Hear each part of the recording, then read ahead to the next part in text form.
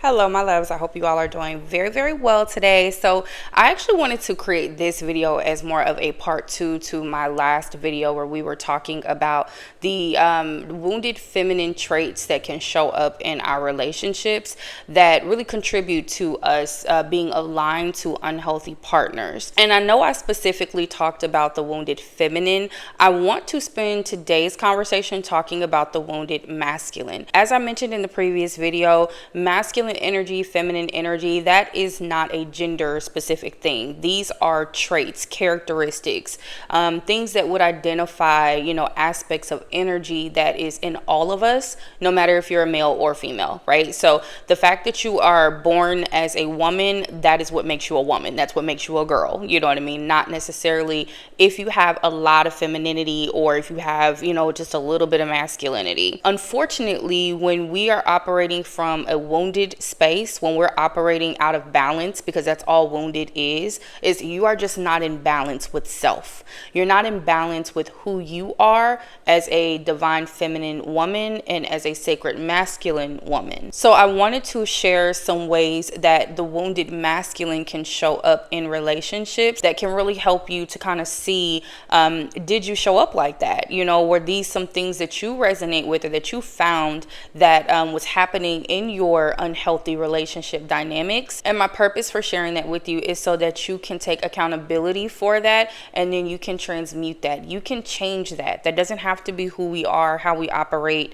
As I mentioned in the previous video, I used to have a really bad issue with people pleasing, number one, in my relationships, and then also with this need to be rescued. I used to feel like, that's what the man is supposed to do. That's why I go get married, is, because he's my rescuer.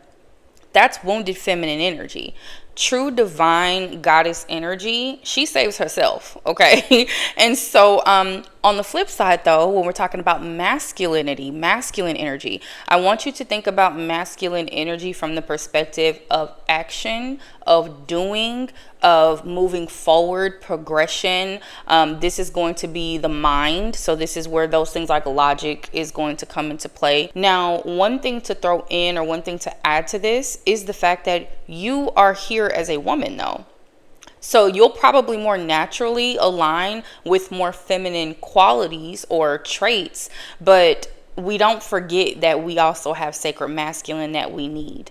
If we're not balanced in that, we will absolutely align ourselves to these unhealthy partnerships. We can find ourselves dealing with partners who are either hyper feminine because we're too masculine. Baby, just go put your church finger up. If you start, I didn't even go, look, I haven't even gotten through my list of idea of notes and all that. I'm just already there. So we're here. We understand each other.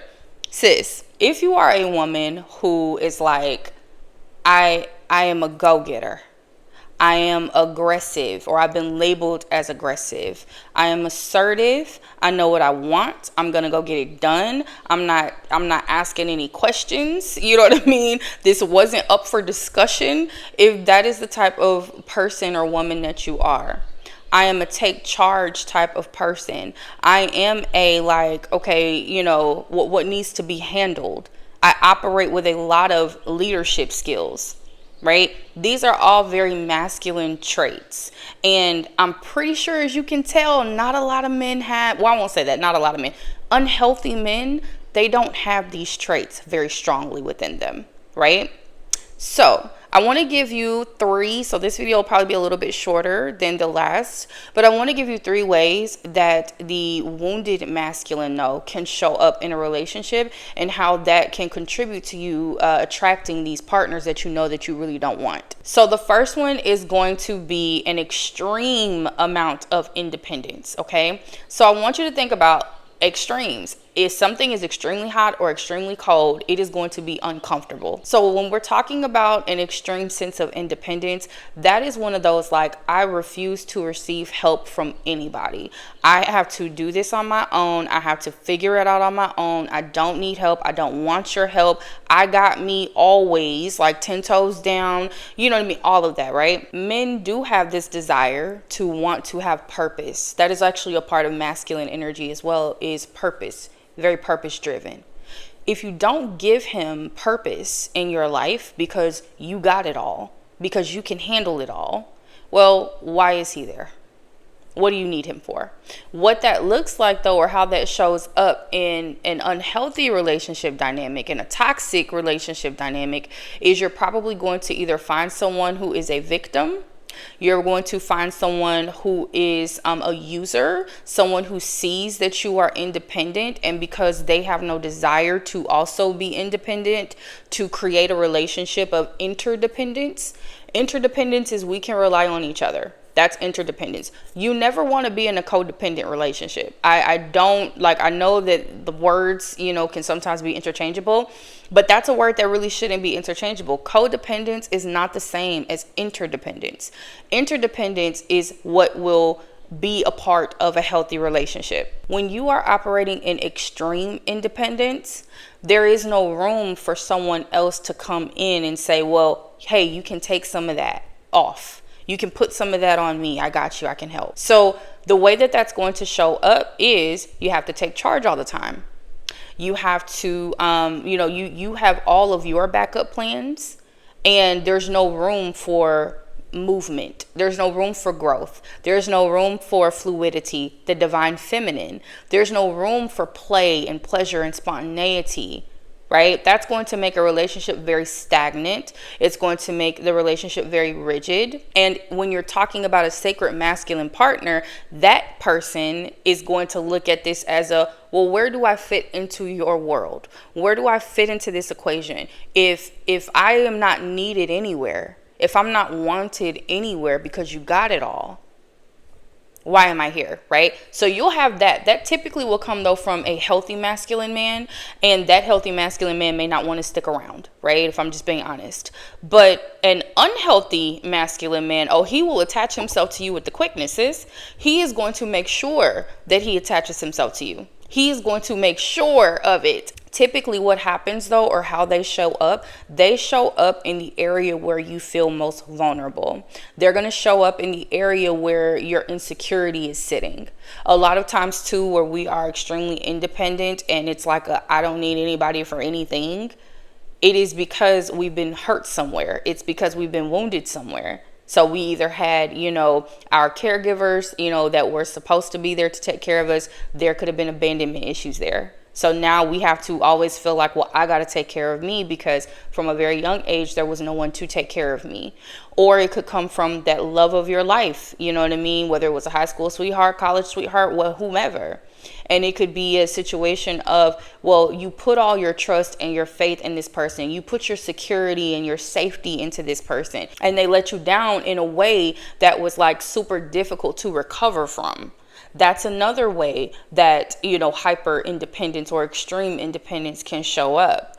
But what that person will do, what the toxic or unhealthy man would do, is he's going to come and he's going to see that and he's going to say, oh, bet. Okay, let me ease my way in right there. She just wants somebody to, be loyal to her or to show her that like they have her back. Let me do that so that I can fit into the fold. But my real agenda is to just take advantage of the fact that she has everything in order. She already has her life lined up. Therefore, I don't need to have my life lined up. I can keep coasting. That's what that unhealthy man is going to more than likely do.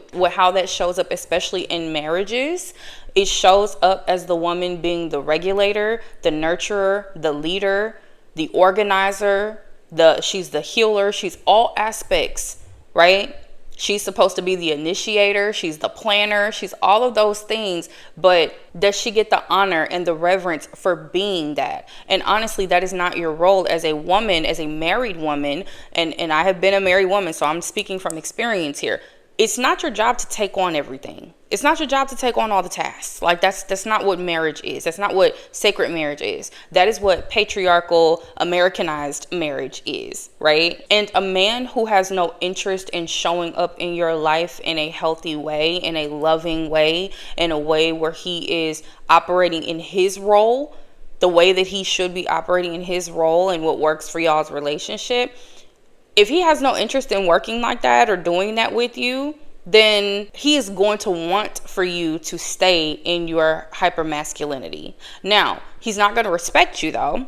So disrespect is going to be a really big deal. That's going to be an issue in those relationships. And if you are someone who has felt like, okay, yeah, I've definitely been that. I have been the woman who was super in my masculine, or I was very independent in my relationship, and I kept getting disregarded. The things that I wanted to do, the things I wanted to try. If I would go and get a degree, if I get a promotion or a raise at work, if I go get a new car, it's downplayed. You know, that's because you're dealing with someone who they were not there initially to celebrate you. They were not there to explore life with you and to do life with you. They were there to use your independence for their own gain. So that's why there is a danger of being, you know, extremely independent in a relationship dynamic. If you want to be extremely independent, love on yourself real good and be single, girl. Like that, you know what I'm saying? That's an option. But for those of you who desire, you know, healthy relationships, and you have been told that, you know, you are too masculine, you're too, you know, manly, you need to soften up, all that type of stupid narratives. I just feel like I hate those type of narratives, y'all. But if that's what you have ever been told, and you can kind of sit and think about like, okay, well, was I always the one in control of everything? Did I always feel like I had to have everything, or we had to do it my way? You know, then there might be some validity to that, and you can work on that so that way you can attract a healthy partnership, which actually leads me to the next thing that typically shows up as wounded masculine energy, and that is fear of losing control. So as I mentioned, if you're someone that feels like you have to be in control of everything, that is the masculine energy that is essentially overactive. So it's showing up very aggressive and very out of balance. When you are in a divine feminine energy, there is an internal knowing that you are secure within yourself no matter what is happening. That's that intuitive wisdom that comes from divine feminine energy. So when you start feeling like that, like I am secure within myself, whether this man is with me or not, whether I am, you know, in the career of my dreams or I'm not, whether I have children or don't have children, who I am as a goddess, that is all I need in order to feel secure within myself, right? When you have that, then when it's time for you to release control, it's easier to do. This is one of the areas where I was really bad. Like, I was really bad. I used to really have a fear of control, like of losing control over things. And the reason for that is because, which is so weird, it's like what a conundrum there, because I had this thing where I felt like, you know, the man was to be the rescuer, right? I used to think that way. But then on the flip side, I also needed to stay in control because I kept aligning myself to men who would fail me every time when it came down to rescue it. It's like, you're not doing your job. You know what I mean? That's the way I felt back then. So when I started to create more balance in my life, you know, internally, I really started to mature. I realized that a part of where this fear of losing control comes from, it kind of comes from the same place as the, you know, hyper independence or the independence. And that is essentially, more than likely, there was when I gave up control before, I ended up getting burned. When I gave up the control before, when I let you take the lead, right? And I want to be so clear about this to you, ladies. Women are natural leaders, okay? Patriarchy has, you know, the patriarchal society, which there's things about the patriarchy that actually can benefit us. Talk about it in another segment. But it is truly so, you know, unhealthy for women that the patriarchy has shifted a lot of the narratives. There's a belief system that men are the leaders, right? But when you look at households, when you look at relationship dynamics, when you look at work, you know, there's a reason why you have so many men who will be in positions of leadership, but everybody around them, or most of the people around them, are female. There's a reason for that. It's because they understand that in order for this thing to really move forward, I need divine feminine presence here.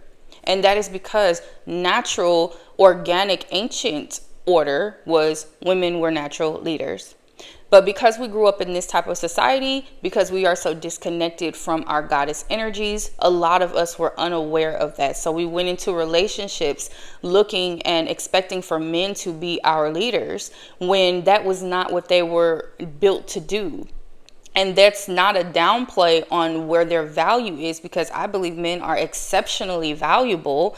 And the sacred, masculine men, the healthy masculine men, they know that they're valuable, right? And they know that there can be a co-leadership essentially. But when you are afraid of relinquishing control, it essentially is saying, or it's showing up as you don't trust yourself, you don't trust your partner. So you have a really big major trust issue in this relationship. When you are dealing with someone who is unhealthy, or if you have found yourself in a series of unhealthy relationships, and there's always this fear of like, I don't want to let him do it, I don't want to let him lead, I need to know all the details first. It's because subconsciously, within the nervous system, subconsciously, you don't feel safe. You don't feel safe. You don't feel safe within yourself. And the reason why I start with yourself first, ladies, is because you were the person that picked the partner. I selected the men that I married.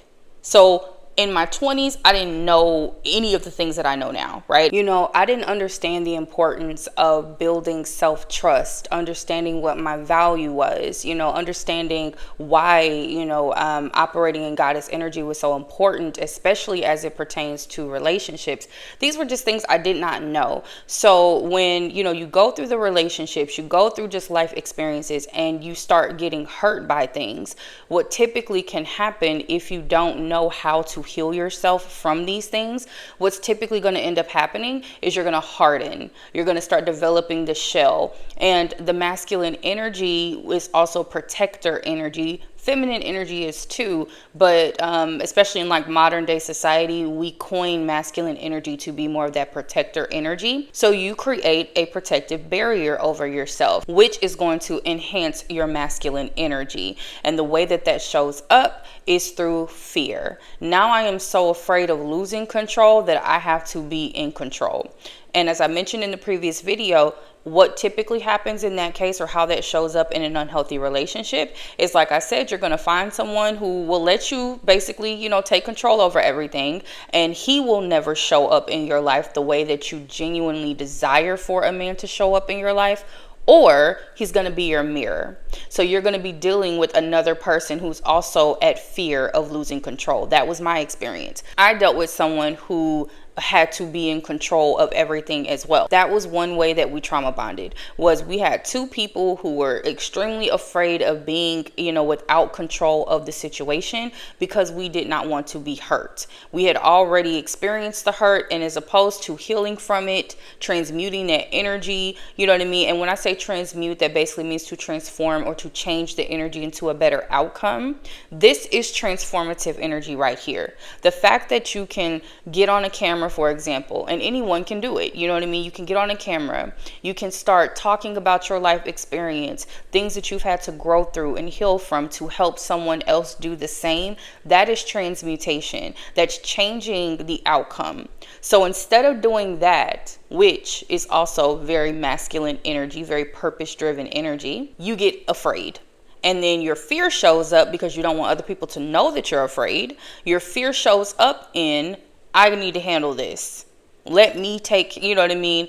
And now I got a trust issue. Now I don't trust you because I don't know that you're going to be there for me. I don't know that you're going to show up the way that you said you were going to show up, because the last, 2-3 dudes, they didn't show up the way they said they were going to show up, or they did a bait and switch on me, right? Tell me, listen, drop in the comments if any of this feels familiar, because baby, when I tell you, the unhealthy relationship dynamic, it looks all the same. Sometimes we don't understand why it shows up in our world though.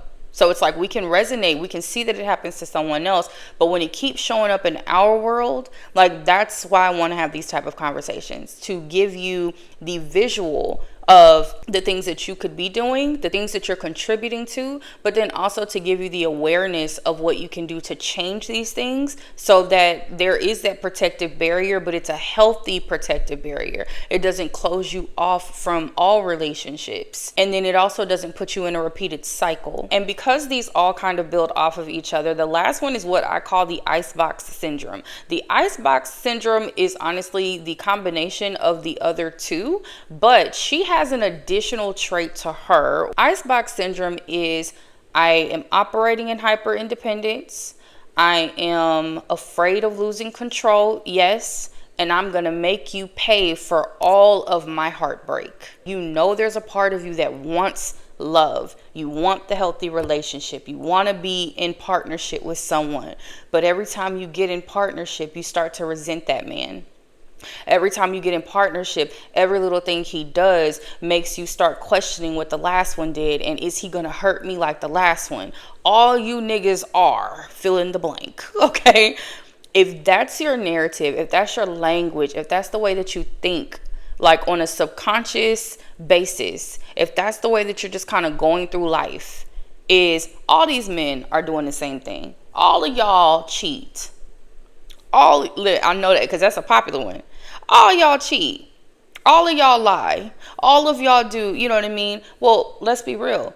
Because we're all humans and because we're all sexual creatures, everybody's capable of doing it. Men and women. Let's be real. We're all capable of cheating. We're all capable of lying and being manipulative and all the negative things. Are you aligned to that type of person? Are you aligned to that kind of energy?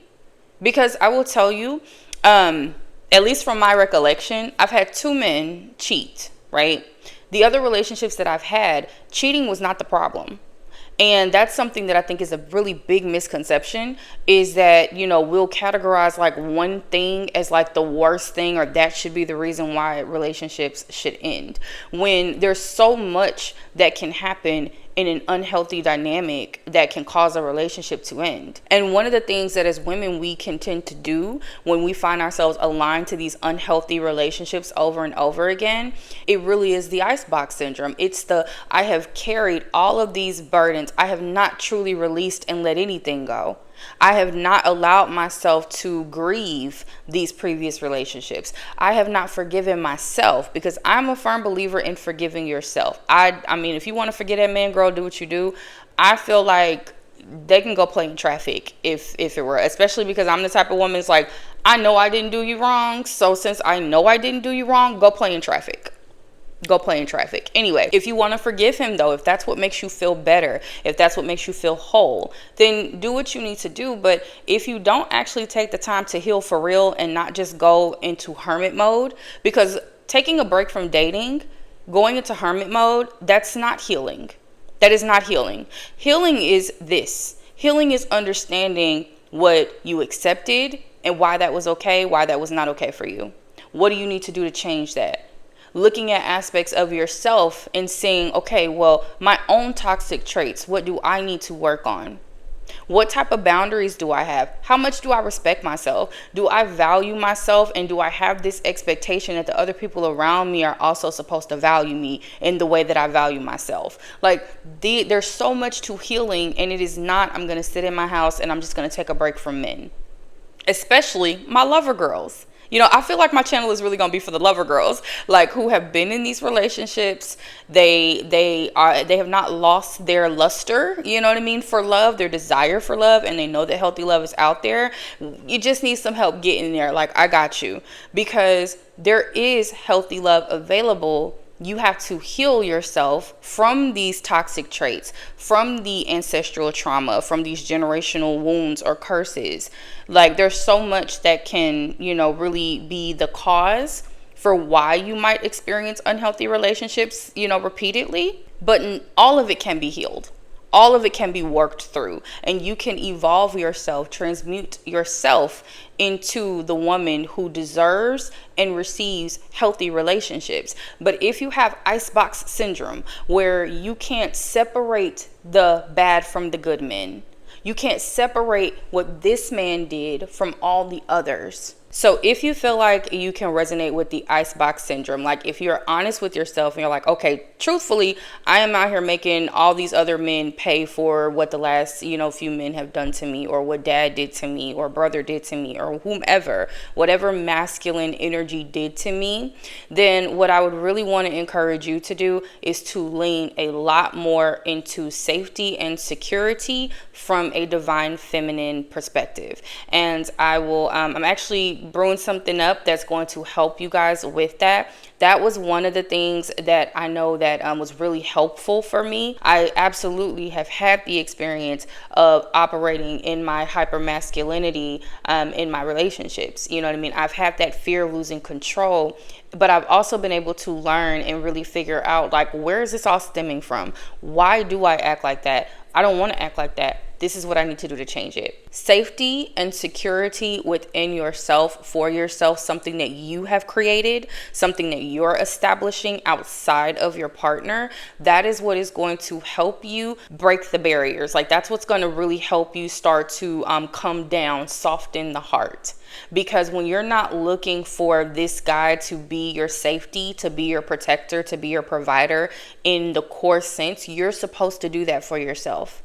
Externally, if he can add to that, absolutely, I'm all for that. I'm all for the men in our lives adding to what we have already established for ourselves. But as a sovereign woman, as a woman who is operating in divine goddess energy, it really is our jobs to be our own sense of safety and security.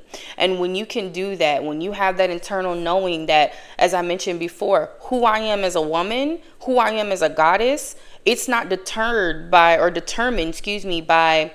whether or not this man is going to come through for me. That really does, or whether or not, you know what I mean, I find the guy who will cheat versus won't cheat, or I just have to accept that he cheats, or none of that is a factor, because I know who I am, because I know what value I hold, because I know that will exist no matter what. So as I mentioned, these are some of the ways, just a few. This is not an inclusive, video, of course, but this is how hypermasculinity, or just the out of balanced masculinity, can show up from our side in terms of, how it contributes to us aligning with these unhealthy partners. When you start shifting and changing, when you start creating more balance in your life, those unhealthy partners, they will start to really dwindle. Not to say that they won't, try to pop up and get in where they fit in, but the more that you do this work on yourself, the more that you are even going to start looking at it from the perspective of almost like, how dare you? Like, how dare you come over here? Did you really come over here and talk to me? Like, that's where you're going to get to when you start embodying every aspect of your life and you start looking at yourself as, I am a goddess here who deserves this type of relationship, but I know that about myself. The way that you know that about yourself is you got to learn all aspects of you, sis. That's the good and that's the bad. We cannot spend our whole lives blaming the men when we pick them. Okay, that's the one thing I've had to learn. I can't, yes, the things that they did, it hurt, it was sad, it altered some of my, psyche. Like, yes, it did, but it wasn't anything that I have not been able to recover from. And it's not anything that you won't be able to recover from. All right. So until next time, I know that this was helpful. Feel free to drop in the comments your thoughts, your feels, your questions, whatever. And until next time, be well.